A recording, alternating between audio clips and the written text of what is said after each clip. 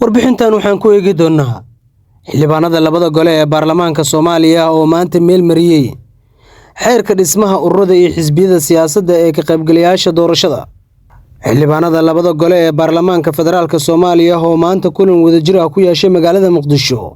ayaa ansixiyay xeerka dhismaha ururada iyo xisbiyada siyaasadda ee ka qaybgalaya doorashada. dhammaan xildhibaanada soo xaadiray kulanka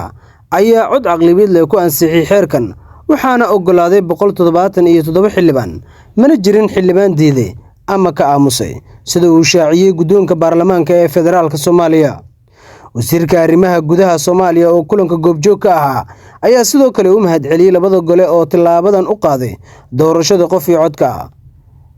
Sabtidii ayaa sidan oo kale xildhibaanada labada gole ee u meelmariyeen xeerka dhismaha guddiga madaxa bannaan ee doorashooyinka iyo soodimaha, kaasoo isna si aqlabiyad leh ay ku ansixiyeen xildhibaanada golaha shacabka iyo senatarada aqalka sare. Talaabooyinkan baarlamaanka uu qaaday ee la xiriira doorashooyinka ayaa waxaa diidan maamulada Jubbaland iyo Puntland iyo xubnaha mucaaradka oo sheegay in wadada loo maray dhismaha guddiga doorashada uu yahay mid qaldan oo ka hor imaanaysa dastuurka. kulamada baarlamaanka oo hore u dalbaday madaxweynaha Soomaaliya Xasan Sheekh Maxamuud ayaa dardar ku socda, waxaana qorshaha ugu weyn uu yahay hirgelinta doorashada qofkii codka ah ay go'aamiyeen xubnaha golaha wadatashiga qaranka. qorshahan ayaa dhaliyay xiisad xooggan kadib markii ay ka diideen Siciid Cabdullaahi Dani iyo Axmed Maxamed Islaam Axmed Madoobe iyo sidoo kale siyaasiyiinta mucaaradka ee ka soo horjeeda dowladda uu hogaamiyay madaxweynaha Soomaaliya Xasan Sheekh Maxamuud. markan xaaladda waxay u muuqataa